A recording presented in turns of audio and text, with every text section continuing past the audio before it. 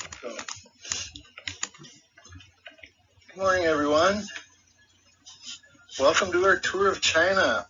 My name is Bill Jepson, and I'll be your tour guide today through China. I'm a retired teacher at Hopkins and Eden Prairie High Schools, where I taught world history, geography, and advanced placement comparative politics. Each course included many days of teaching about China, which is one of my favorite subjects. So for a while, I taught at-risk ADHD students who had trouble learning by lecture and tests. So I started a travel program offering experiential learning for them. After a number of tours of Europe, I led a tour in 2007 with 12 students to 3 incredible cities in China. We had a bilingual guide seen here in front with EF Tours, one of the biggest in the world. If you recruit 6 students at about $3,000 each, the teachers go for free. And on the far right is the daily tour guide, which also comes with the package. And here we are in front of the Forbidden City in Beijing. So China is an amazing country. It has 4,000 years of written history and the largest population of any country on earth. It'll play a large part in our lives as it continues to expand its economy in the coming years. Our tour this week will last for 9 days as we fly from Beijing to Xian to Shanghai. It's about the same distance as flying from Minneapolis to Denver to Nashville. But the flight to China takes about 12 hours, which seems like a lot. But we can watch a couple of movies and have a few meals and sleep a lot. Pretty soon you're there after flying over the Russian Siberian mountains. China is about the same size as the United States, 3.6 and 3.5 million square miles respectively. But the Himalayan mountains in the western half of the country are so high and dry that it makes that area almost uninhabitable, as you can see on this precipitation map in the upper right-hand corner. It's very dry in the mountains and a lot of precipitation and rain in the southeast. Most of the population lives in the 2 huge river valleys of the Yellow and Yangtze rivers that flow east out of the mountains, as you can see here in this population density map. China's population is 1.3 billion people, or 1/5 of the almost 8 billion people on Earth. How many people do you think are in the United States? That's right, 332 million people, 1/4 of the population of China. And so you can see here with the 2 superimposed that China is so dense that it's like taking 4 times as many people as in the United States and telling them they got to all live east of the Mississippi River. So the first thing you notice after landing is the crowds everywhere. Fortunately, you have a bilingual guide there to help you through customs, which took a while, and then on to the bus, which brings us to our hotel, the Dafang Hotel, where we'll be staying for 3 nights in Beijing. It's very nice and clean with good service. But getting there, we had to go through a lot of traffic jams at rush hour, which slowed us down. It took an hour or 2. And part of that is because China has got about over 100 million new cars just in the last couple decades, and they haven't quite caught up with the roads. Just everybody wants a car because for many decades they only rode bicycles and walked everywhere. Here's a couple of Chinese women greeting us as we're getting on our bus. Very friendly people most of the time.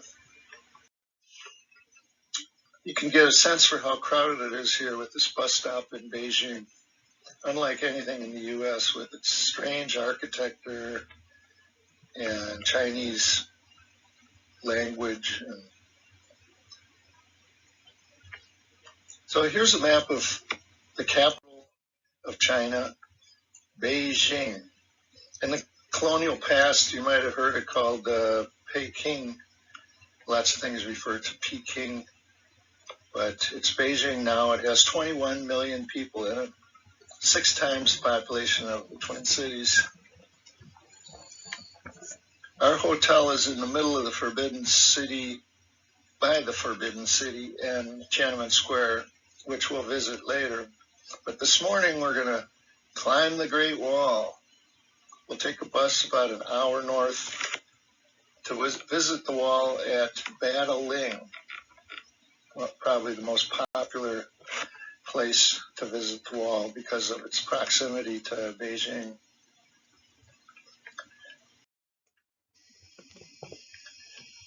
The Great Wall is almost 4,000 miles long. It's a Chinese fortification built from the 220 BC to the 1600s AD to protect the Chinese from raiders on horseback with bows and arrows to the north. It was started by the first emperor, Shi Huangdi, who united China at the time and gave it its name, China. And we'll hear more about him later. But much of what we see now, it was built during the Ming Dynasty in the 1400s to protect against the Mongols, Genghis Khan to the north. The Great Wall is the world's largest man-made structure stretching between the foothills of the Himalayas and the East China Sea, as you can see on this map at top. But it's not a straight line, and so that's why it goes almost 4,000 miles, even though the United States is 3,000 miles. If you superimpose it on the U.S. map, you see the actual distance from the farthest west point is around where Kansas is, would be the Himalayas, and then New York would be where the Pacific Ocean is to China. And so that distance would take about 18 hours driving at 60 miles an hour. But it gives you an idea how big it is, winding its way through northern China. Here's our group after we got off the bus at Badaling and saw the Great Wall for the first time. You see the Chinese flag, red with a star on it. The Great Wall attracts about 10 million visitors each year. And I've got my high school students are a little goofy with our mascot in many of the pictures is this timber wolf puppy. But we head over to the ticket office. As you can see, the tickets cost about 40 Chinese yuan.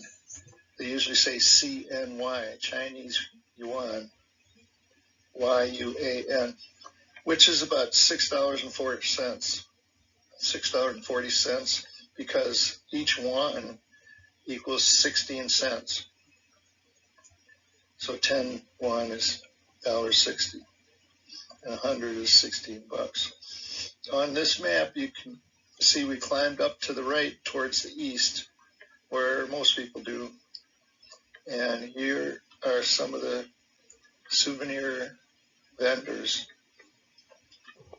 So you can see on this map up here, you can either go to the left all the way to the Himalaya Mountains, or you can go to the right all the way to the Pacific Ocean.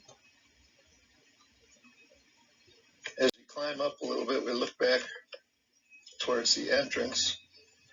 On this first platform, you can choose which way you're going to go. You see people gathering there. Every 500 yards or so is a guard tower where they would light signal fires to transfer a message from one end of the wall hundreds of miles to the other. And they built it so that it's about 30 feet wide, so 2 horsemen could ride along the top of the wall from tower to tower. Here we go through the first guard tower and take some pictures in the windows. The guards used to live in the towers, but they're empty now. We climb a little higher. We look back at this breathtaking view and can see our buses down there and the wall continuing along the ridge forever, it seems. Notice that it wasn't built along the flat plains, which would have been a lot easier. The incredible fact is that it was built along the mountain ridges for thousands of miles. And they did this to take advantage of the natural steep slopes to shoot down on their enemies. And as you see on the right side of the top of the wall, you see these gaps in the fence, and those are called crenellations. Why do you think they're only on one side? That's right, they're only on the north side because that's where the enemies were coming, and what they were used for is to shoot arrows through the holes and basically protect themselves as they peeked out. So the wall most of it is 50 feet high and about 30 feet wide, like I said, for horsemen to ride along the top of it to give warnings to the next one, send messages. And here you can see some of the graffiti carved into the bricks, which is hundreds of years old. And look at how steep it is. That was a surprise to me.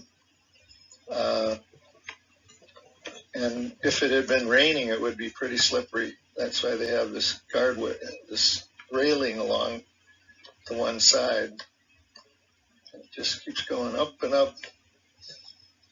Here are some illustrations of how they built the wall. Remember, no machinery, mostly done by manual labor. Over 1 million people died building the Great Wall of China. Archaeologists have found human remains, and as a result, it's been described as the longest cemetery on Earth. Many involved in the construction were Chinese convicts whose labor was used as punishment. So imagine doing it, building it by carrying baskets of rocks and dirt on a stick over your shoulders, climbing up the ladders all day, every day for decades of your life, dumping the dirt at the top and then climbing back down.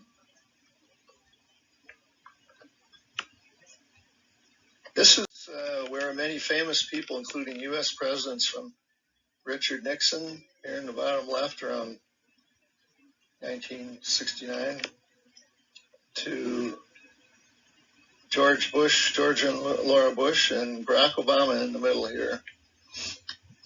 They've all visited, and usually they go to battling and walk up to the right. And all of China was pretty excited that the following summer of 2008 was going to be the Summer Olympics in Beijing. So we were there in March of 2007. You can see the sign over my shoulder, One World, One Dream, Beijing 2008. One thing that I did and encouraged my students to do was to dance on the Great Wall so that the rest of your life you can say, yeah, but I danced on the Great Wall once. And it was pretty fun. We took these videos, posed for pictures with the locals, children. Some people you saw as we climbed up were wearing masks. In fact, you see it all over Beijing at the time. Looks familiar now, but at the time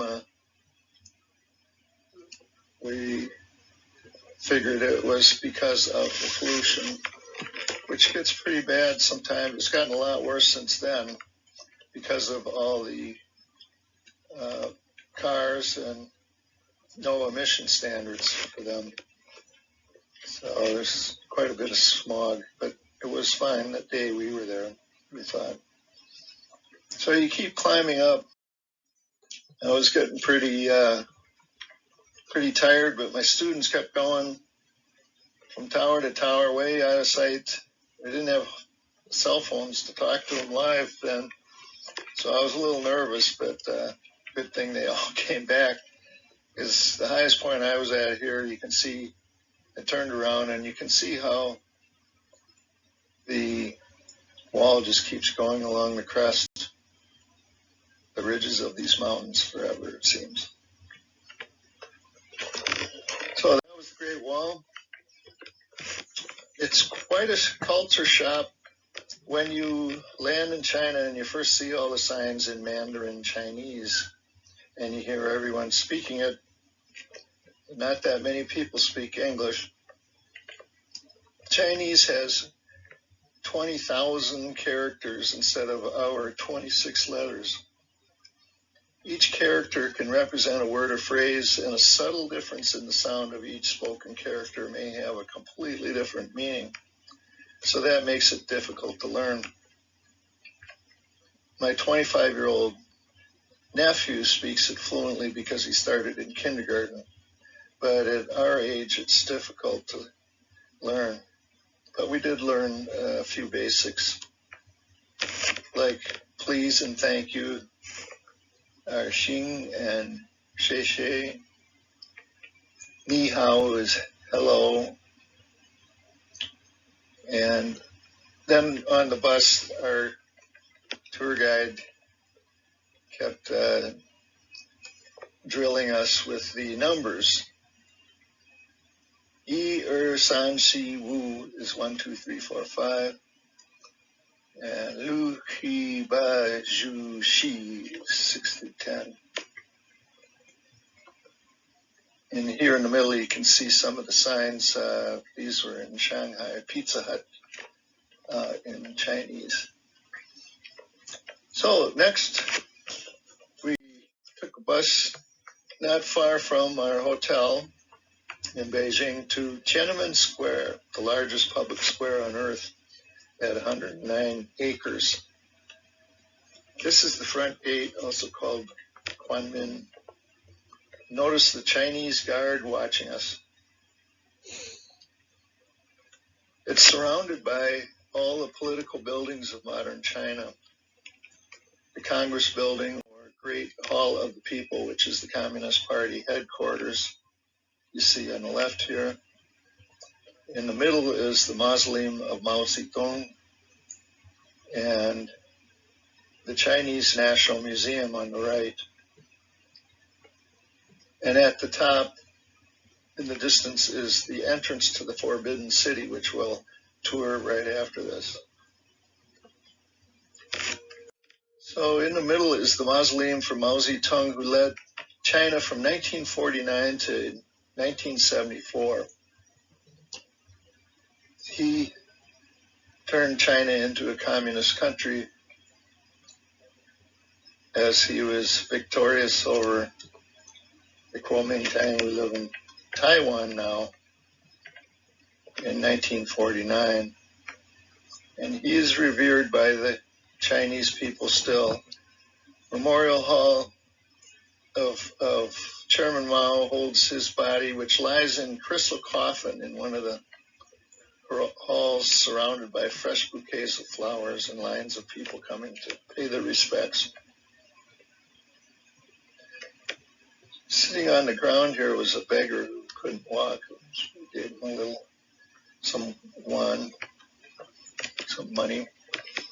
Outside are statues commemorating the People's Communist Revolution of the 1950s and 60s. You can see these beautiful statues. And then the Great Hall of the People is the site of the Chinese National People's Congress.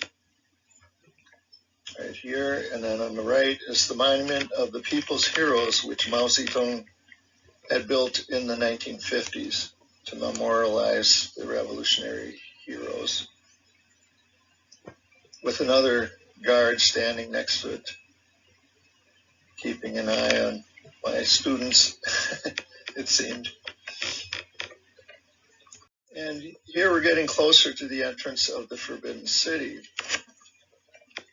And one of my students at the time asked our guide about the Tienanmen massacre on June 4th, 1989.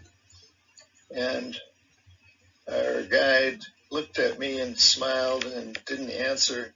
I knew he was worried about the secret police keeping an eye on us and him to make sure that we don't talk about that event in their history, which they are trying to erase.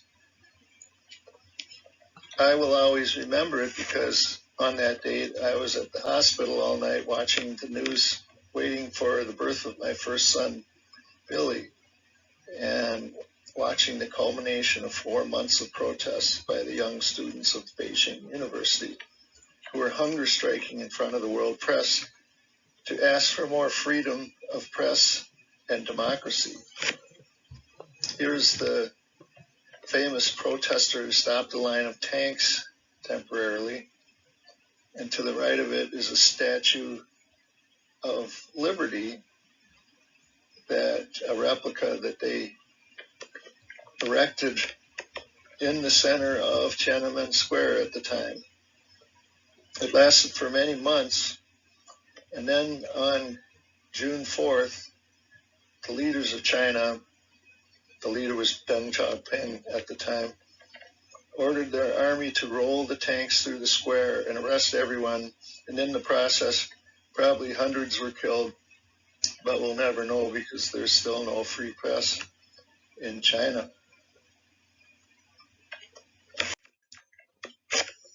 A little further here, we take the group photo. You can see the photographer here and all the thousands of people walking around. It's really a huge, huge square with stone floor. And then you come to the entrance of the Forbidden City. Here's an aerial look at it. You can see with the moat around it. Also known now today as the Palace Museum. It was once the Chinese imperial palace of the Ming and Qing dynasties from about 1368 to 1911. It's the largest and best preserved ancient timber-built palace complex in the world, surrounded by a moat. At the entrance to the Forbidden City, at the north end of Tiananmen Square, everyone is taking pictures. The Chinese women especially like to take pictures with blonde American girls and students. We bought these warm Chinese hats for about $6 from street vendors. And notice the portrait of Mao Zedong over the doorway to the Forbidden City, in case you need a reminder that you are now still in a communist country. So here's the entrance. Mao Zedong was premier emperor, the premier of China from 1949 to 1974 when he died.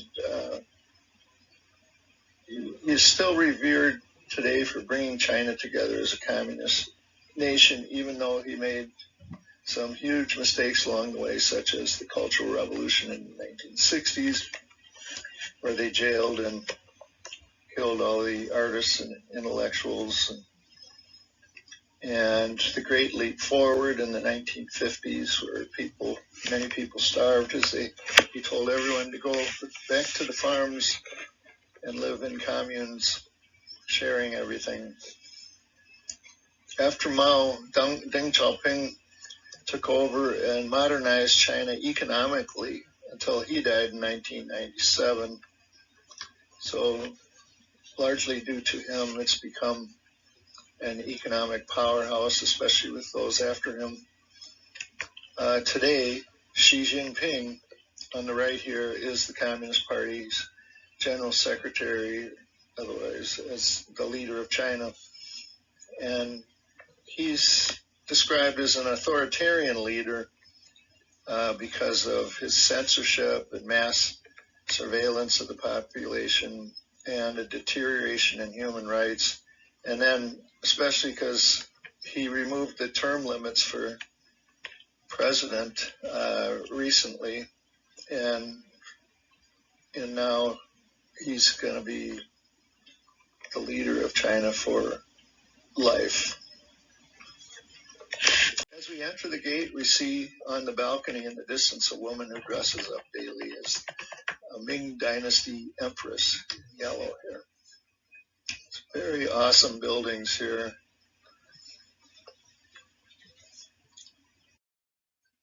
After the last emperor of China left the palace in 1911, it later became a museum open to the public in 1925.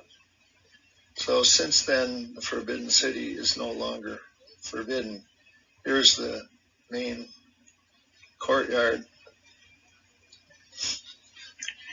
Here in this illustration of the Forbidden City, it shows where we're walking through the gates and through a series of gates and bridges to the Emperor's throne in the Hall of Supreme Harmony.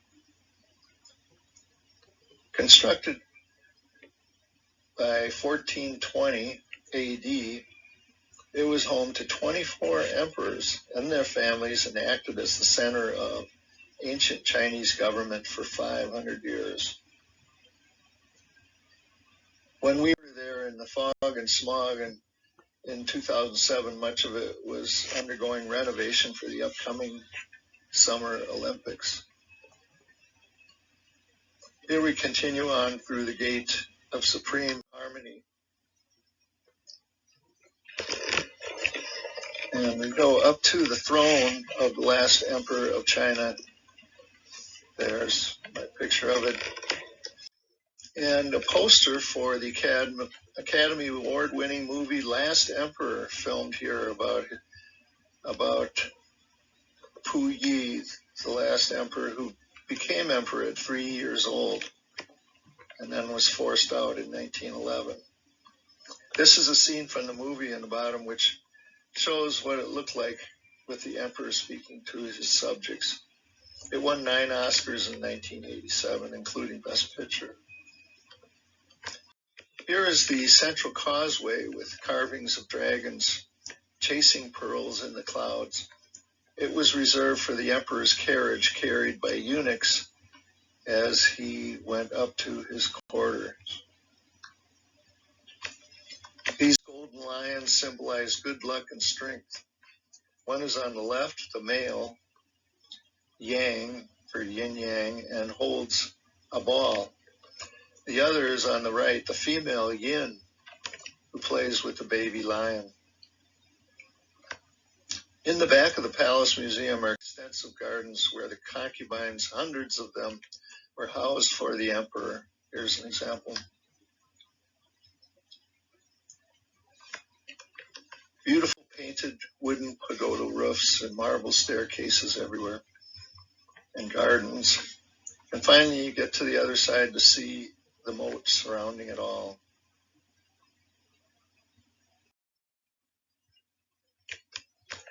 As we were walking around, I noticed a smiling Chinese man looking at me as he drew something on a porcelain plate. My students were laughing as they watched him. When he was done, he showed me his portrait of me and asked my name. I said, William, and he wrote it in Chinese here. He asked for $4 in CNY, Chinese yuan, And I gave him $8 for the souvenir plate, which I still have.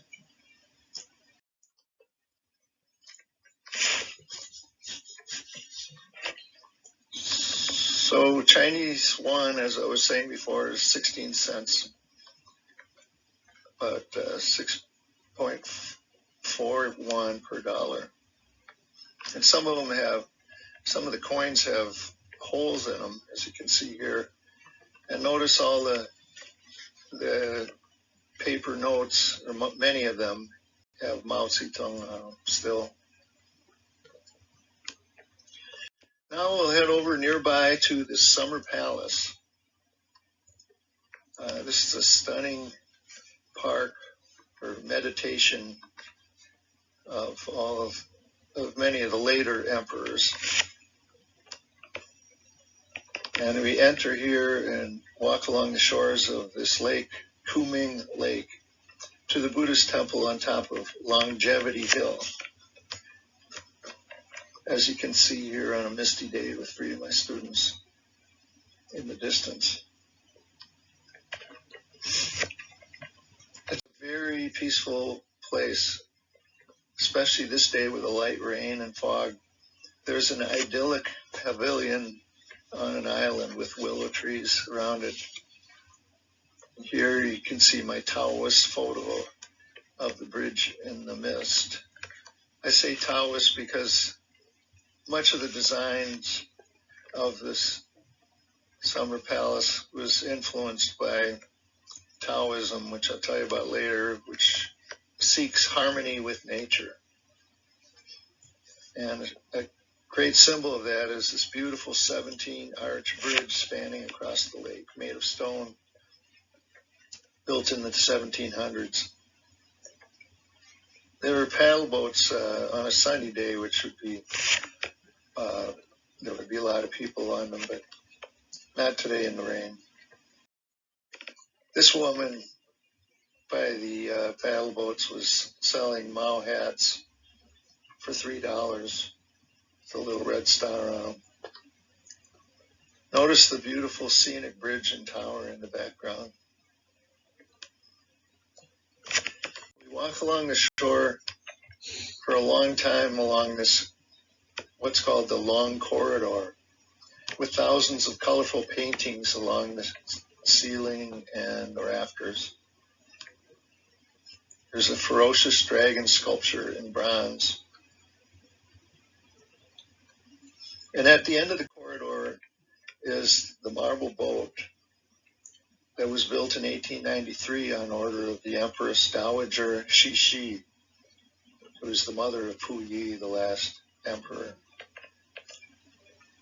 It's really made out of wood, but was painted to imitate marble with pretend paddle wheels on each side of the boat to make it look like a Western paddle steamer. And we finally end up at the Tower of Buddhist Incense, which is built on Longevity Hill and is the largest structure in Summer Palace. There are many stairs to climb to the entrance of the temple, but it's a beautiful classic work of Chinese imperial architecture. The 3-level tower overlooking Lake Kuming is octagonal with 4 layers of beautifully painted eaves. This stunning bridge nearby is at the north gate. It's called a Pai Fang, which is a traditional style of Chinese architectural arch or gateway. I like this little girl with her father in a stylish yellow coat and hat. Since the Beijing Summer Olympics were coming up the next year, 2008, there were promotional signs everywhere, including the Great Wall. And we drove by the spectacular Bird's Nest, the main national ceremonial stadium, which was under construction downtown. The stadium sat as many as 91,000 spectators during the Olympics. It's located right next to the Beijing National Aquatics Center, which is called the water cube right here. Here are some of the Olympic posters with toy mascots pictured on them, and a man reading a newspaper, which are posted in many places for anyone to read. And bicycles going by on one of the many bike lanes for thousands of bikes. They always have these little white fences on either side. So next in Beijing, we're going to ride rickshaws through the Hutangs. When I first saw this on the brochure when we were setting this up, I was wondering, what is that? But the Hutong tour will provide you with a chance to mingle with the local residents. It involves choosing a partner to ride in the rickshaw, and then a three-wheeled bicycle is driven by one man who pedals along. Each driver pumps hard on the wheels to get some momentum and takes us through the narrow old streets of the Hutongs in single file. So what are the Hutongs in Beijing? They are alleys formed by and fences, walls formed for the traditional courtyard residences in the Ming Dynasty back to the 15th century. And because it's pretty nearby in concentric circles around the Forbidden City, the citizens of higher social status were permitted to live closer to the center of the circles.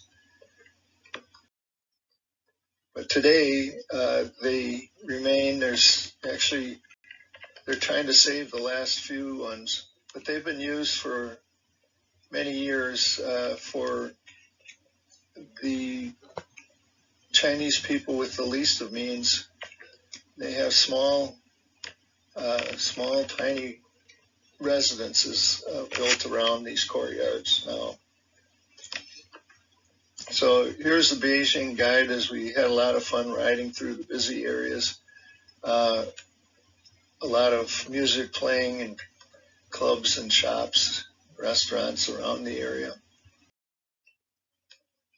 We rode in single file along the Hutong Canal where there are lots of taverns. Here's a Budweiser sign, in fact, here in the bottom left.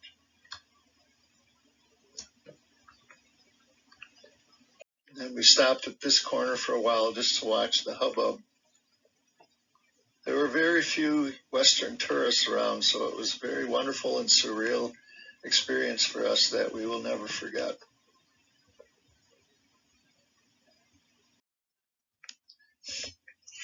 And we made our way to the home of a Chinese couple who cooked authentic Chinese meals for the tourists. We were able to experience their cozy living quarters, which they lived in for many years. It's consisted of only 3 rooms: the kitchen / dining / living room, the bedroom, and the bathroom. They were very friendly and the food was delicious.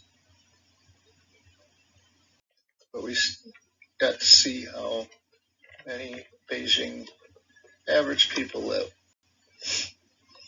So here are some scenes of bicyclists everywhere, some street scenes.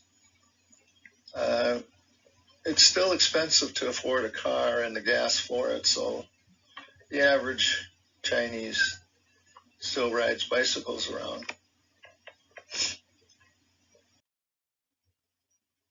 Here is a red bicycle wagon for a janitor serviceman with his straw broom on the side, and a bicycle wagon for a manual laborer with a purple suit on a cold, windy March morning.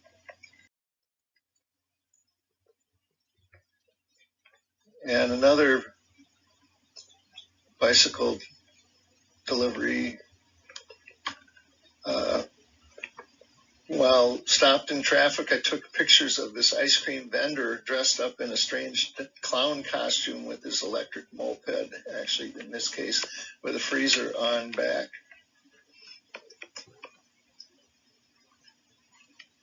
Everywhere we saw these covered motorized tricycles driving around with beautiful metallic decorations and lights on them. Some were taxis for 2 tourists in the back, I think. They must have been scrunched in there, though. So now on to the Temple of Heaven, which is a complex of Taoist buildings situated in southeastern Beijing.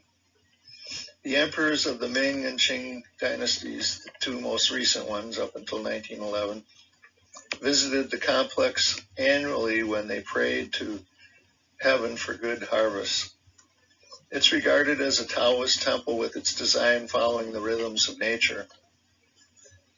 The temple complex was constructed in the 1400s during the Ming Dynasty, and it's a World Heritage Site, described as a masterpiece of architecture and landscape design.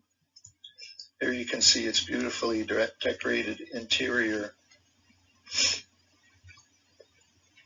The Imperial Vault of Heaven is a single-gabled circular building surrounded by a smooth circular wall, the echo wall, that can transmit sounds over large distances. Here are some of the manual laborers that I was watching working around the area: a street sweeper with a straw broom, and an inspector writing down the flaws in the stonemason's work as they're chipping away.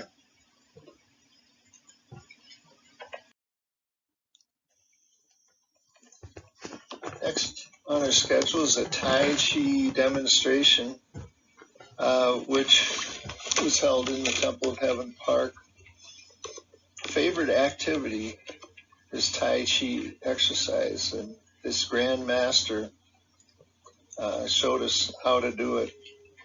We had a little trouble mimicking his movements at first because he was facing us. And he'd go to the left, and some would go to the left, and others would go to the right. So he turned around and faced the same way as us, and then we all got into unison. He only spoke Chinese, so our guide had to translate his instructions. And we had Chinese music to go along with it, so it was a very immersive cultural experience, which everybody enjoyed. Here he is showing us his moves. And in that park, there's lots of exercisers. This happened to be a Sunday morning in the Temple of Heaven Park. There were paddleball players and joggers, and exercise of all kinds. Here's a musician playing a gourd pipe as another man jogs by. There were lots of dancers. Some were taking Western rock and roll classes with an Elvis Presley record, which we thought was pretty funny. The teacher was very serious as he told his 20 female students exactly how to properly dance American rock and roll style. And so he wasn't too pleased when his class was distracted by my students, who, of course, when they heard the Elvis Presley record, started dancing in authentic rock and roll style. So he just kind of glared at me. And here's some other women exercising by making patterns in the air with their colorful ribbons.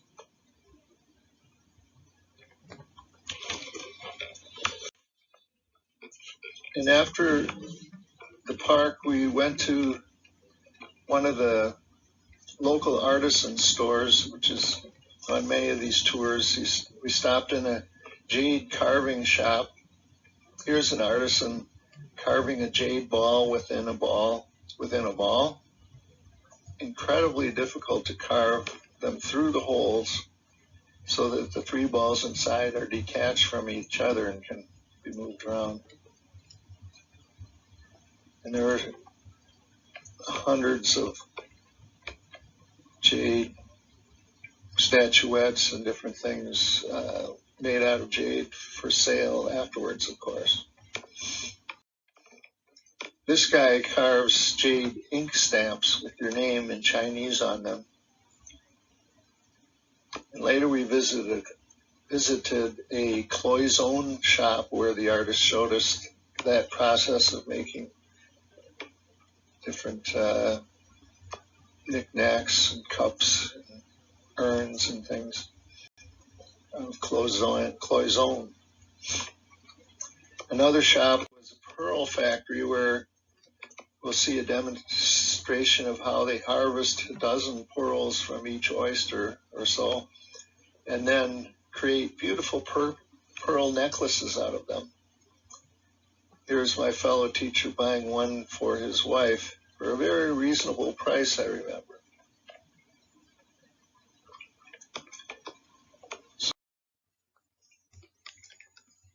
So that was all Beijing. Now, after 3 days, we're going to fly to Xian. You can see here circled more towards the central part, the more rural part of China. After a 2.5-hour flight, we land. It's kind of like going to Denver from Minneapolis. And first we will climb up the Wild Goose Pagoda, which was built in the 600s AD. It was for many centuries the tallest building in the world. Here it is. The big Wild Goose Pagoda was originally built in 652 AD in the Tang Dynasty. It functioned as a place to put all the Buddhist relics and statues that were taken from India along the Silk Road to Xian, because Buddhism came to China in the early part of that millennium. It's a masterpiece of Buddhist construction built of brick. Its structure is very sturdy to last 14 centuries. I mean, think of that. All the oldest buildings in the United States that we ever see are 300 years old. And here we see things that are 1,400 years or 2,000 or 3,000 years old. And it really is an inspiration, an amazing sight to see. It is a Buddhist temple here, so here's a Buddhist monk walking around and a woman praying at the altar of the Buddha with a lit incense and a big Buddhist carved statue here. They established the pagoda where a wild goose fell out of the sky and inspired them to stop eating meat. Buddhists are vegetarian. It's a long story about the wild goose falling out of the sky. Here's another woman burning incense as she prays to Buddha. And a little toddler on the shoulders of his father. Notice that, as is the custom, he doesn't wear diapers. They have a little rear flap for toddlers so that they can go anywhere. And his folks just cleaned it up. There are many priceless Buddhist relics inside the pagoda that were brought from India. Some are of ivory here in the middle, or beautiful carved rosewood, or bronze and gold statues. You climb up the wooden staircase, the many stories, but it's about 40 or 50 stories high. And then you can overlook the city of Xian from this arch-shaped doors on the four sides of each story. A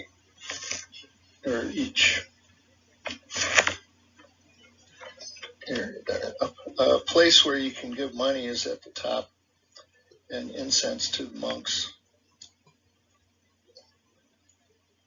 Some workers knocking off here on the left after another day's work around the pagoda, and a view from the top, more temples down below.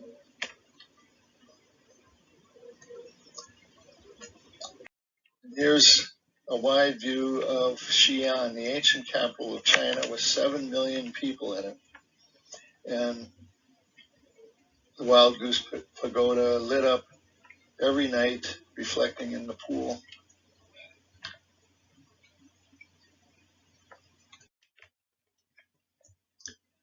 So here are the three great philosophers I thought I'd just tell you a little bit about, who still play an important role in Chinese culture and who had worldwide influence: Confucius, Lao Tzu, and Buddha. They all lived, interestingly, around the same time, around 500 BC. Confucius' philosophy is mainly respecting elders and ancestors, keeping order in society. You probably heard his famous sayings: "He who live in a glass house should not throw stones," or "Journey of 1,000 miles begins with one step." Lao Tzu become one with the rhythms of nature. He is the one that brought us yin yang and the paradox of opposites flowing back and forth. And he said you should follow your intuition. You can see in the yin yang here night and day, winter, summer, man, woman, fire, water, the rhythms of nature. And then Buddhism, which is brought to China between the 1st and 6th century AD, from India along the Silk Road. And they follow the bodhisattvas to reach nirvana. They're vegetarian.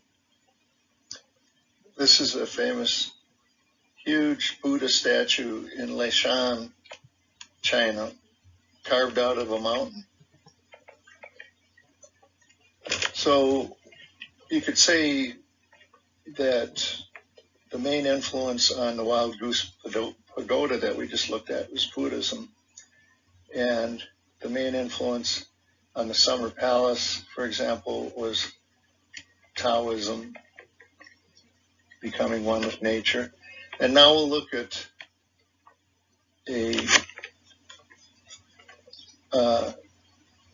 the Terracotta Soldiers, which were built by Xian, who is very influenced by Confucianism and bringing order to everything, unified China. And so here, let's tour the Terracotta Soldiers in Xian, the main tourist site probably in all of China now, besides the Forbidden City and the Great Wall. These terracotta soldiers were made of fired clay, each one unique, buried for the emperor's afterlife over 2,000 years ago. They estimate there will be more than 8,000 when they recover them all, but about 3,000 have been reconstructed so far. When you first come upon it, you go into the biggest pit. There's three main pits, and number one is the biggest one, where the main force of the whole army is. There were 36 columns of warriors, about 600 feet long, 50 battle chariots, and 4,000 infantrymen, all standing in good order. The army is a masterpiece of realism and comprised of different branches of the armed forces, with the chariots and the horses, as well as their weapons, although the wooden part of their weapons have been disintegrated over the 2,000 years.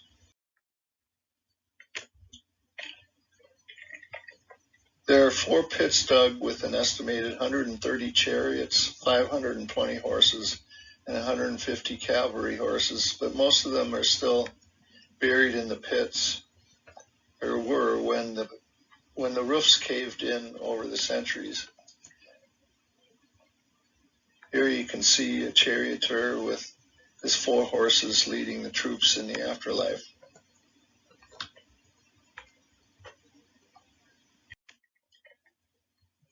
The biggest pit, number 1, is housed in a huge hippodrome since the 1980s. Here are some of the reconstructed horses that were pulling a wooden chariot, which has long since disintegrated over the centuries. And you can see one soldier they're still working on, who's lying on the floor. Or else perhaps he just died. Who found the Terracotta Warriors? In March 1974, a team made up of 9 local peasants began to drill a well east of Xian. 2 days later, when the farmer, here he is, Yang Sifa, was working in the well, his hoe struck something hard. Digging a little deeper, he found a pottery god figurine. Here he is hiding with his fan because he thought I might flash him with the camera, because he sits there all day now, ever since 1974, and signs books. He makes a pretty good living doing it, but he's tired of all the camera flashes all day, and he's going blind because of it. So here he is, hoping I don't flash him. He also, he's best known because he was interviewed by Bill Clinton in 1988 during his visit. But here he is back in the 70s pointing to the spot where the big pit is now, where he first dug the well. The Terracotta Warriors surround the tomb of China's first emperor, Shi Huangdi, who died in 210 BC, before the Common Era, after conquering 6 warring states to create the first unified nation of China. And as I said before, China was named after him. The emperor's mausoleum has not been opened yet due to preservation concerns and the possibility of booby traps, but ancient writings indicate it was filled with models of palaces, pavilions, and offices. And here's a reconstruction of it for a documentary on the bottom left. And a side section, you can see how it's deep under this huge mound that they built. Here's an aerial view of it with the pits of soldiers around it. And when he died, Shi Huangdi was buried in the most opulent tomb complex ever constructed in China. His tomb is also thought to be encircled with rivers of liquid mercury, which the ancient Chinese believed he would bestow immortality on him. This is probably how he died, by ingesting mercury, because he wanted to live forever, and it killed him by the age of 39. Pit number 2 consists of 4 units containing various types of troops, including cavalrymen, archers, chariots, and infantry, which are in formation here. And on the right are some modern soldiers I took a picture of outside, part of the largest army on earth, consisting of 2.5 million people. Compared with the U.S., we have 1.5. But I couldn't help but think of the the similarities there.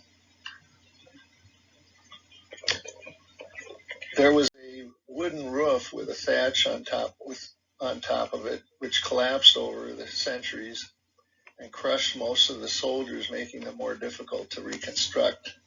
You can see here some of the crushed terracotta soldiers on the left. And here you can see a jumbled pile of pieces that they have to start with. They're organized in colored plastic baskets on the floor, and specialists carefully glue each piece together, often taking weeks or months to finish each one.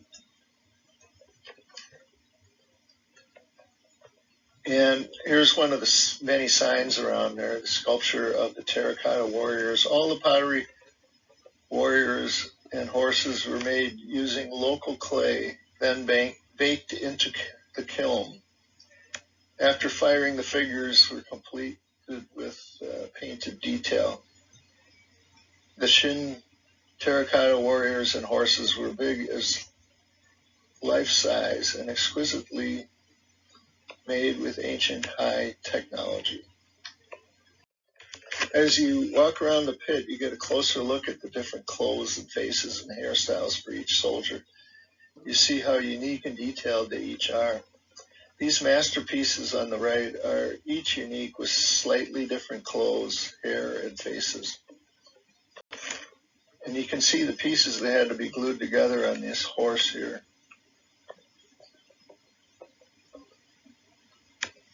Of the 8,000 soldiers, they haven't been able to find an identical twin copy yet. Every face and body is different. Here are the preservation teams working on the soldiers as they excavated from the site. Since 2009, more terracotta warriors with colorful embellishments have been discovered, like this one on the left. You can see the paint on his face. In the museum, you can see this display of the different faces on each terracotta soldier. Never mind the two faces in the bottom corner, which is my fellow teacher and I. In the museum are the bronze armaments that were dug up, including arrows, crossbows, swords, axes, etc. Most of the wood, bow, and arrows were decomposed, as with this famous archer who was once holding them. He's called the kneeling archer, and it is one of the armored infantrymen.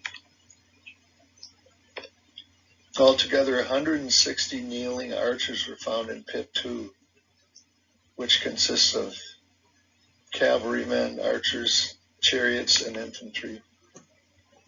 Pit number 3 is the smallest pit, with high-ranking officers and a war chariot. It's the command post of the army. Figurines in Pit 3 are standing face-to-face with the passageway between them. They are the guards of the command post. These strong guards all wear heavy armor with vivid facial expressions, although some of them, as you can see, are missing heads. They're still working on those. Now the bronze chariot and horses. These are 2 bronze chariots in this masterpiece of bronzeware, representing high bronze casting, mechanic, and joining technology during the Qin dynasty. So these are in the museum next door, and they are also from 200 BC.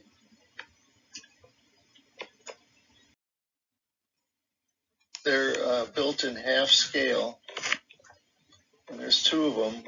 One of the 2 is a chariot under an umbrella, charioteer under an umbrella. The other has a carriage compartment for the royal passenger, probably Xian. Unearthed in December 1980 near the mausoleum. They were in many broken pieces, and it took 5 years to restore them both. They were encased in the large wooden coffins for 2,000 years without any corrosion. Here's a few more good examples of the real-life soldiers in the museum. In the museum shop, where you can purchase a full-size replica and ship it home for thousands of dollars.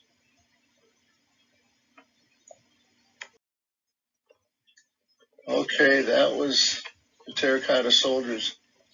Take a look at these different things. What could you say is common about all of them? Yes, they are all Chinese inventions.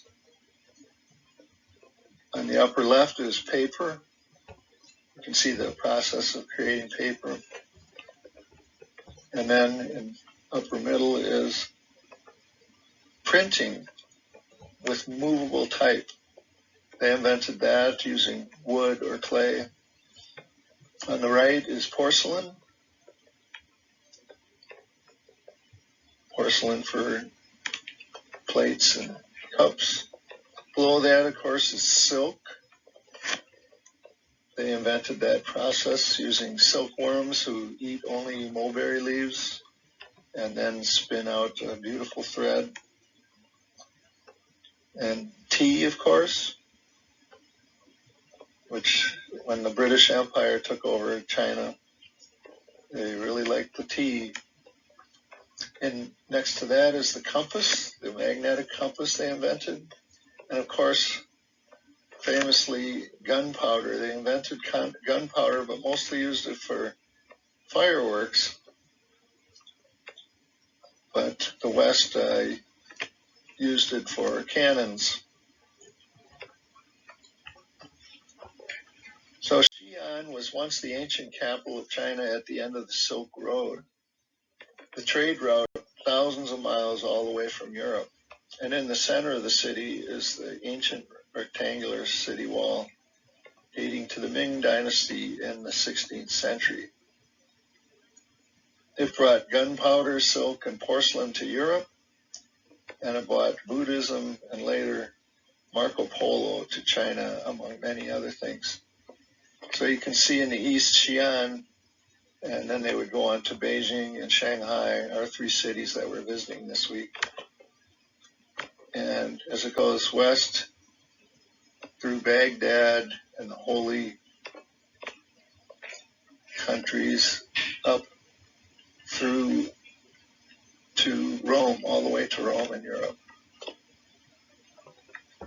The Xian city wall, also known as the fortifications of Xian, is the most complete city wall that has survived in China, as well as being one of the largest ancient military defensive systems in the world. The wall is 60 feet thick and 40 feet high, with many buildings of traditional Chinese architecture upon it. And it's so well preserved. Here you can see buses and traffic going in and around it through the tunnels and bridges. But it actually goes for 8 miles in a big rectangular circle, which took a small group of us over an hour to go completely around on our bicycles. So the fun thing to do, students really loved it, was to ride bikes along the top of the wall. In 2007, they were pretty rickety bikes on the worn stone blocks of the roadway on the top, but I see now they rent fat tire trek bikes here. That's probably better. The first emperor of the Ming Dynasty built this fortress in the 1400s, and here are some of the armaments used to protect the city: a battering ram and a cannon. The ancient wall of Xian is very well designed defensive fortress. It has 98 ramparts, which are perfectly spaced so that they are just within the range for 2 archers to shoot at the attackers from 2 sides.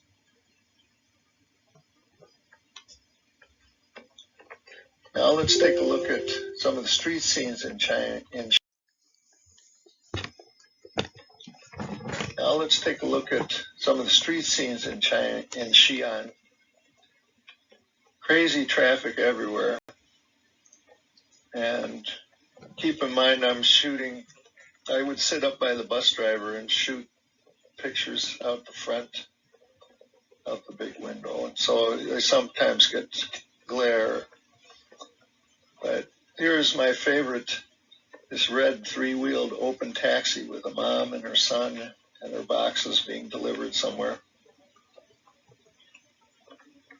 Here's some mattresses being delivered by a three-wheel bicycle. Quite the load. Here's another guy piled high with boxes right next to the bus. Chinese FedEx. Two more guys delivering on their three-wheel bikes. And a Chinese Home Depot type store. Here's some more three-wheel bicycles with their skinny little tires piled ridiculously high.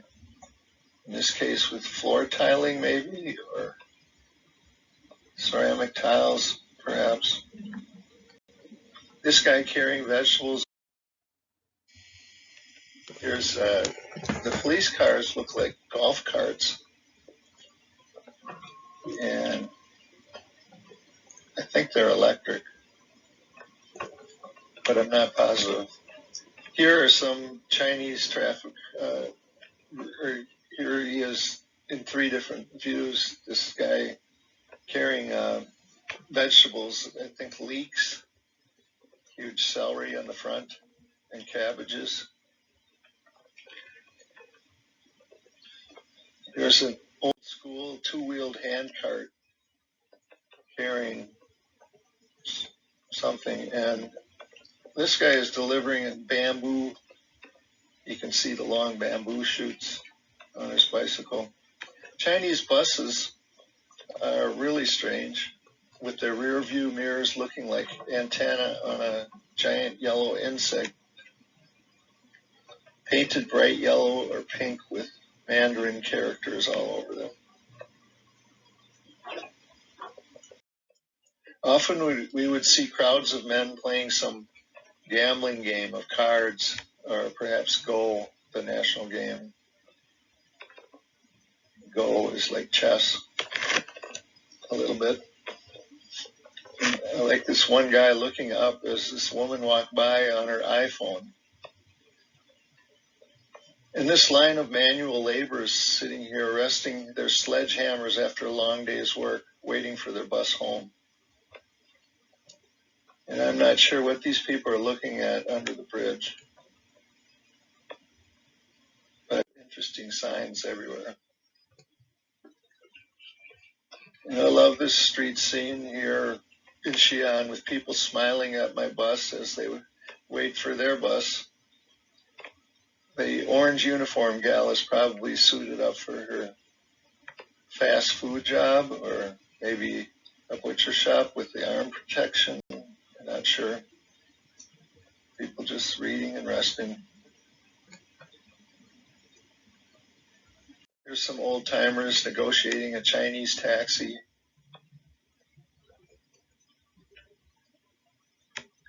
Another unique thing in China was all of the brightly uniformed female street sweepers, who usually had brooms made of sticks and straw, keeping the streets clean. The people in Xi'an seem really cheerful, probably because it's a spring day, as they wave to the Americans on the bus. There's some teenagers looking at an iPhone.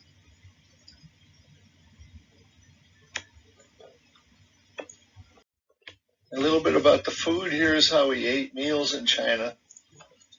Always served on a lazy Susan with many delicious dishes to choose from, such as mock duck, sweet and sour chicken, Mandarin fish, meatballs, noodles, boiled vegetables, and always with rice and chopsticks. I always encourage the students to eat with chopsticks. Here are some examples of the Beijing and Shanghai cuisine, also called Jiangsu.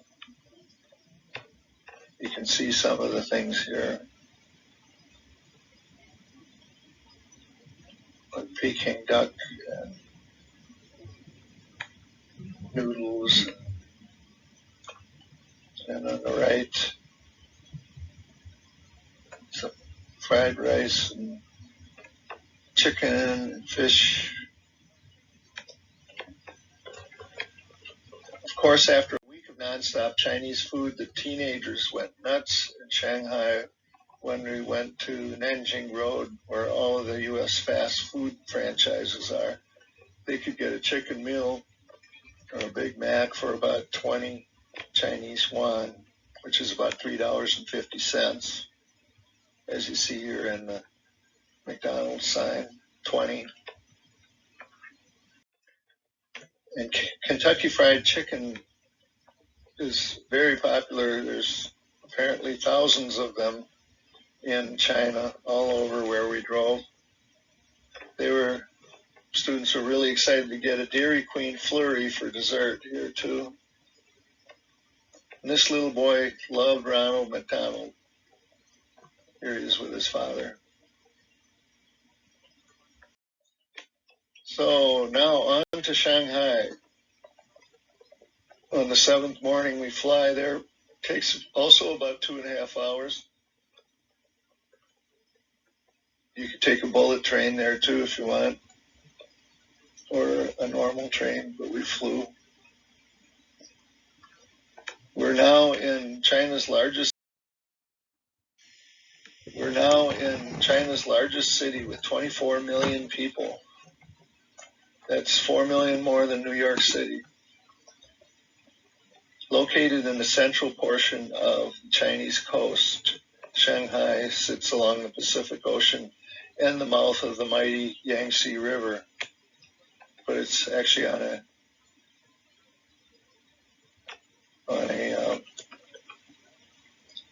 tributary of that, the Huangpu River, that's what it is. A tributary of the Yangtze. So it's the country's biggest city and global financial hub. You might have seen the skyline with the Shanghai Tower and the Oriental Pearl TV Tower with its distinctive pink spheres on it.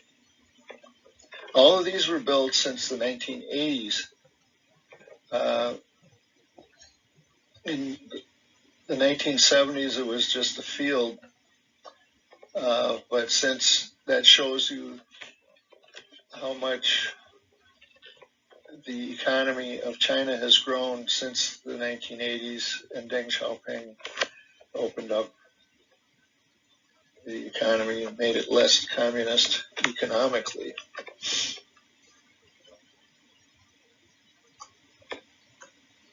And we're going to climb up the Jinmao Tower, which you can see here.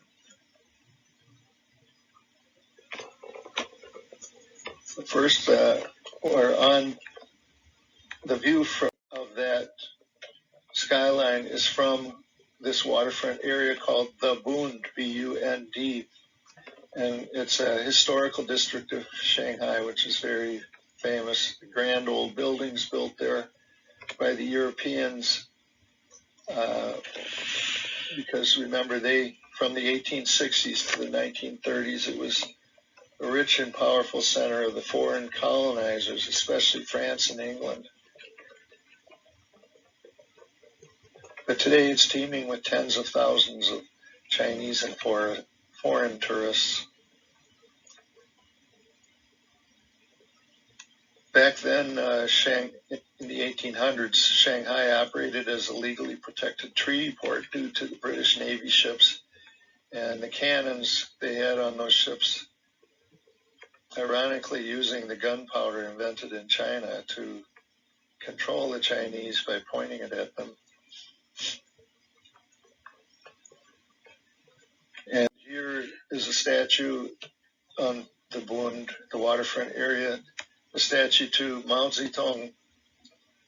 One wonders what he would think has happened to the communist ideal that he demanded of China to shun education and wealth and to work in the farms and factories as a peasant. And now he looks across the Huangpu River at the world's largest capitalistic financial center in China's largest city. On the right here is a very unique thing we saw. Video advertisement boats that kept passing back and forth along the river with videos playing that are about 20 or 30 feet high and 40, 50 feet long. And here are some of the amazing different skyscrapers with very unique architectural styles. It seems like they're all competing for the attention of onlookers. Looks like spaceships with the Pearl Tower here in the middle. The Huangpu is not only the mother river of Shanghai, but it's full of boats and delivering goods from overseas. Here you can see it from the top of the Jinmao Tower, which we're now going to take the elevator up. It was built in 1994 with 88 stories. It was the tallest building in China in 2007. And it took 45 seconds to reach the top, where we look down on this view of the river traffic. But you can see under construction at the time, in my picture, that it was the Shanghai Financial Center Tower next door was reaching 101 stories in 2009. So we're at the top of the Jinmao Tower looking down at the Huangpu River and the Bund waterfront area where we were taking pictures just a couple hours before. So here you can see that group looking up at where we are now. Do these buildings look a little familiar to you, perhaps? If you've seen the movie with Tom Cruise in them. They were featured in the climax of Mission Impossible 3 when Tom Cruise leaped off this building and onto this other one, sliding down the slope roof in the middle building as he was getting shot at, of course, and gained access to get the bad guys as he grabbed the bottom of it. As I looked across, I took some pictures of the Shanghai World Financial Center being built. It was completed the following year, and it is 101 stories. You can see it here with this kind of needle eye distinctive architecture at the top. For reference, the Empire State Building has 102 stories, so it's one less than that. And here is the view from inside the Jinmao Tower. As you look down, there's a Hyatt Regency atrium that runs down the center of it. So you can look way down to the foyer. Jinmao Tower now is shadowed by this World Financial Center, but also the Shanghai Tower with 128 stories, which was built just a few years later in 2015, I believe. So since we were there in 2007, there's now 2 buildings that are the tallest in China next to it. And now they have this skywalk activity for tourists where you're safely strapped up before daringly hanging out over the end for pictures. The skywalk ticket price is about $60. And here's a view down on the lit up boats on that river where late tomorrow night we will take an evening cruise. You can see the Pearl Tower all lit up in some of the boats.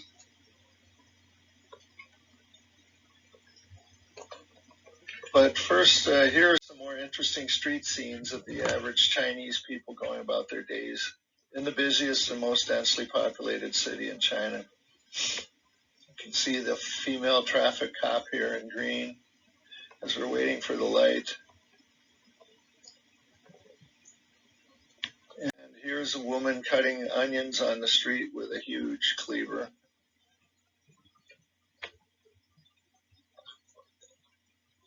And another scene with a Shanghai chaotic street with bicycles and motorcycles and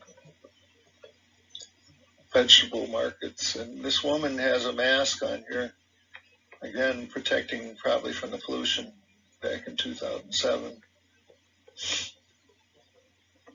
And a bicycle traffic jam. You see some more masks. Bicycles everywhere. Here's one three-wheeled bicycle delivering a whole lot of styrofoam. It's probably pretty light, even though it looks big. And here's a strange photograph. These three-wheeled bicycles driving by these shops with laundry hanging out. And this man is delivering a 16-foot bamboo on a bicycle. You don't see that every day. Here's a man delivering some cardboard and another one selling pineapples.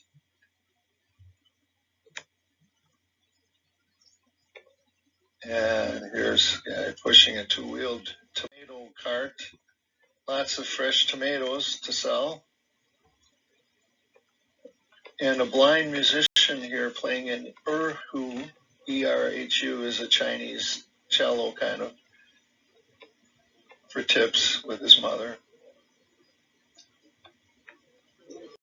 I'm not sure what these guys are selling. It could be eggplants or rutabagas or something else.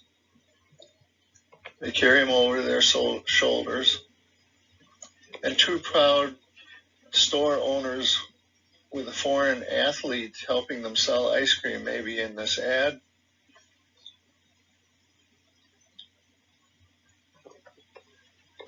And this smiling little old lady was very cute. She was selling counterfeit Rolex watches.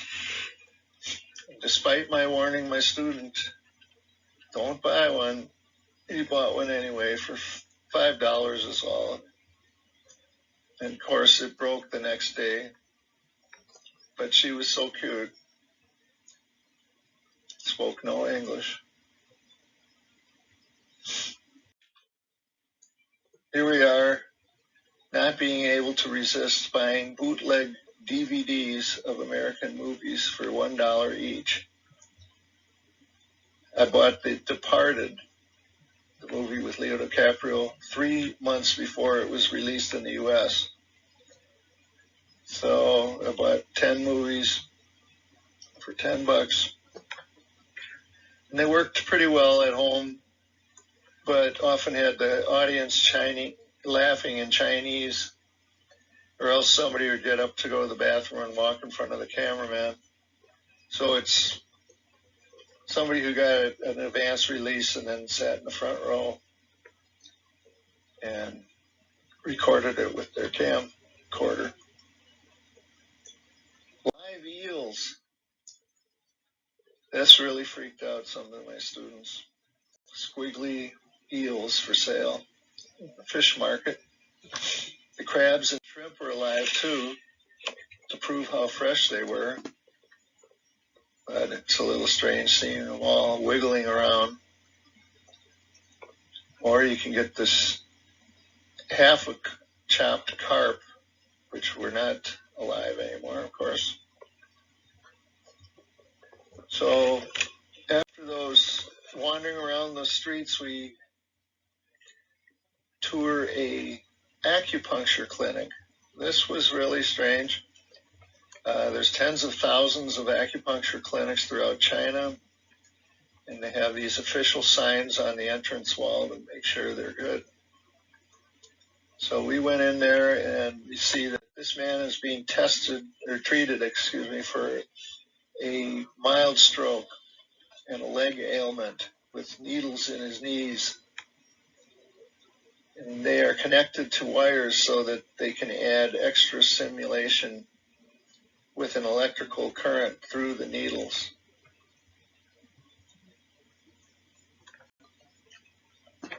And this man was being treated for, what do you think? A headache, with 3 needles in his arm and his knee. He seemed very calm as they put the 3-inch needles, very skinny ones, in him on the exact point, according to their training, that will kill the pain. Here is the clinic office and the main doctor next to his acupuncture chart, showing where the flow of Qi is, the natural force going through the body, which is the principle of acupuncture. I've seen documentaries about Chinese surgery where the patient is completely anesthetized with needles, talking calmly to the cameraman with no pain as she's being opened up.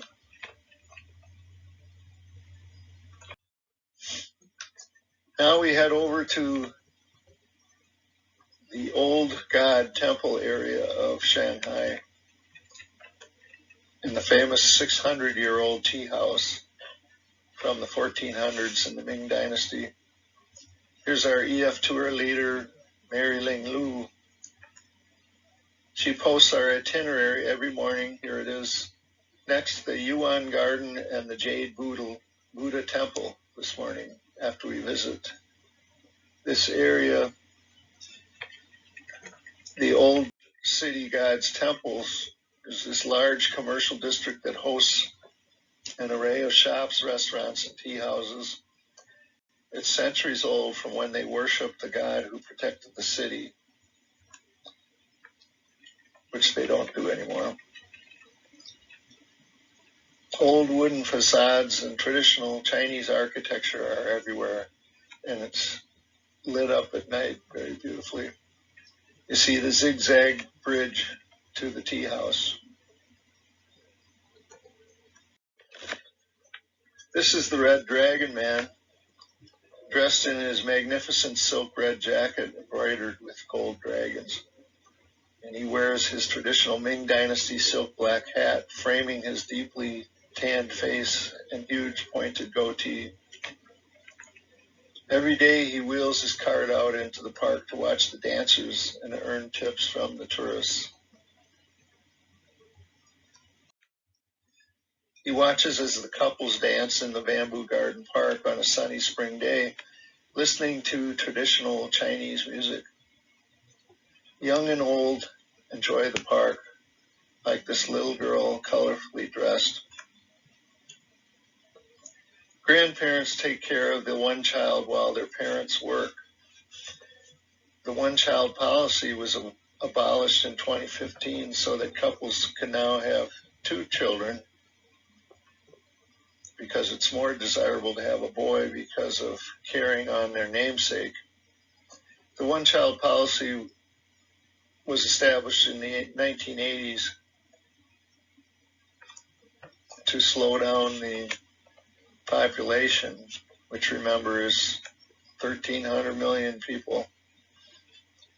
But it caused a disparity where 120 boys were born to every 100 girls, because people want to carry on their surname through the boys.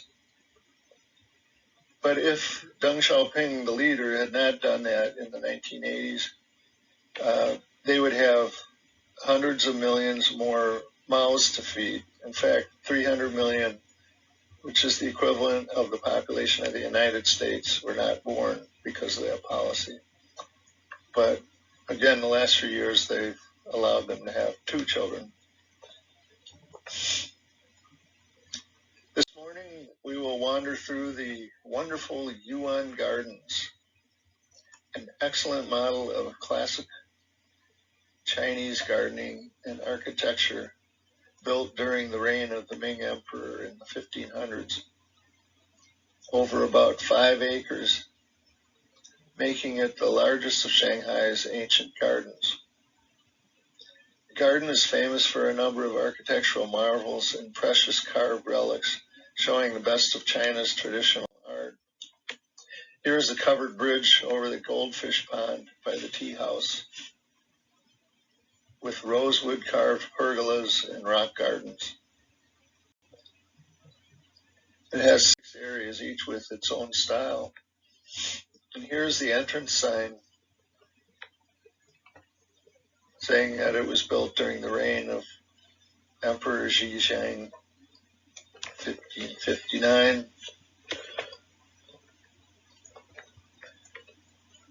Throughout the gardens are round doorways and sweepers with straw brooms.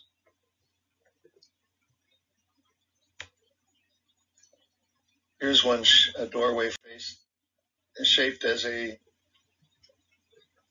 vase, a Ming vase, and a goldfish pond with the worker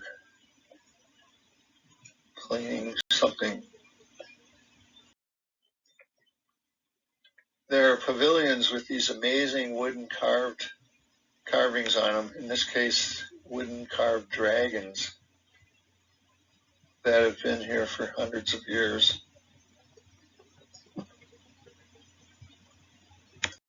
You can appreciate the Chinese red rosewood carvings and the intricate woodwork everywhere. And this incredible natural wood furniture inside.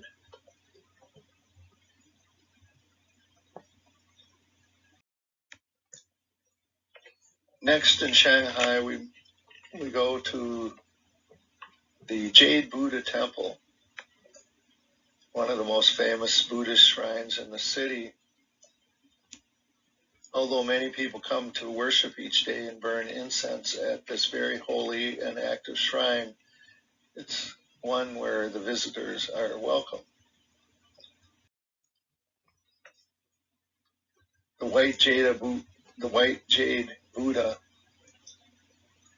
was brought here from Burma in 1880s. One is seated while the other is in a recumbent position, symbolizing the Buddha's attainment of enlightenment or nirvana. She is in a lucky pose, lying on her right side.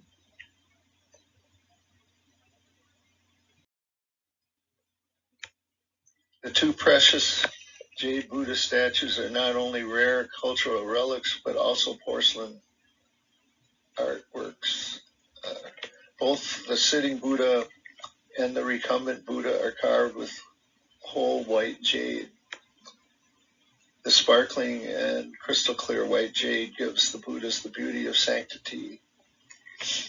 The sitting Buddha is 6 feet high, encrusted by agate and emerald, portraying the Buddha at the moment of his meditation and enlightenment. Here's a couple of women worshiping him, praying to Buddha. Buddhist monks are everywhere in the temple grounds. This day they were preparing little paper bags for the worshippers to light on fire with incense and pray as the ashes float up to the heavens. And one monk here was on his cell phone. I thought that was kind of different. And here are my favorite wood carvings called the Heavenly Kings. One's here is playing guitar. Great expressions on their faces. Okay, last day in Shanghai, the Nanjing Road is considered to be the #1 commercial street in China. It's been a landmark for this city for a long time. Along its 4 miles, you will find over 600 shops that, on average, are visited by 2 million people each day. Twice our state fair every day, year-round.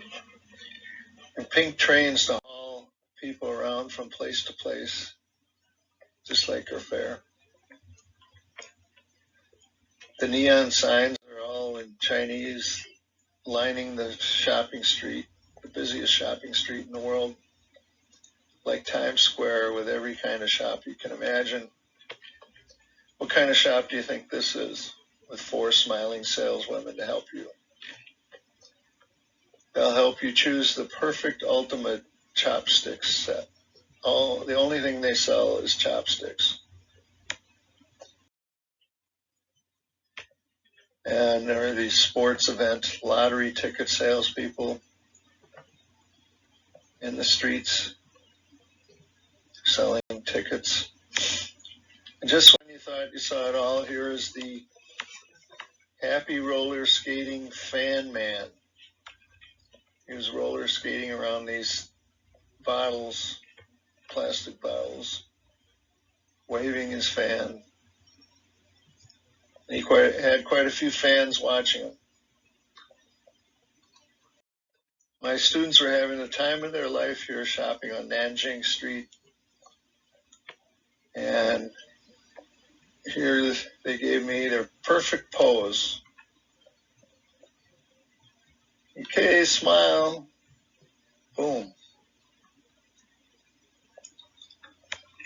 On our last night in Shanghai, we will see these incredible, famous acrobats. The Shanghai acrobats do everything. They swing together on ropes and balance on stacked chairs. And this woman is unbelievable, balancing act on her stomach with 5 stacks of full champagne glasses, full with champagne, as she bends her back up, and 4 limbs and 1 in her mouth.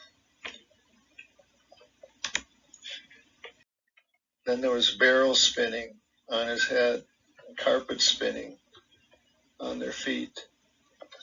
And out of 1,000 people in the audience, they picked my student with twins cap on to be the comedy foil for the blindfolded knife throwing act. They fooled him into thinking he really had knives thrown at him while he was blindfolded and held down. And the last one popped the balloon between his legs as the whole audience laughed. And he got the joke later, but it was really fun. And for those of you who still have a little bit of energy in your 9th day, we will go out for this mind-blowing river cruise past the lit-up skyscrapers along the Huangpu River on this boat. The cruise lasts an hour on one of these boats that hold a couple hundred passengers as you slowly cruise up and down the river. It costs about 150 yuan, which is $22 for the sightseeing only without dinner. And you cruise up and down from one end to the other here for a couple hours. First, we cruise along the east or Pudong district side, dominated by the Oriental Pearl TV tower and the tallest buildings in China. This is called the Pudong district. And you can see the Jinmao Tower that we climbed yesterday, and then the newer Shanghai Tower, 101 stories, and then the Shanghai World Financial Center, 101. I guess the Shanghai Tower is 128 stories high, the tallest one. Huangpu River is honored as the mother river of Shanghai, stretching 70 miles through Shanghai, and divides the city into 2 sections. It really seems like you're in the movie The Blade Runner with some buildings like this one with the whole side lit up with TV images as you go by. Here I am with the Pearl Tower. On this building and some others, it was like watching a 50-story high television set. Here with a kitty playing with a ball for some reason. As we go to the other side of the Huangpu River, you see the headquarters for Epson and other famous companies.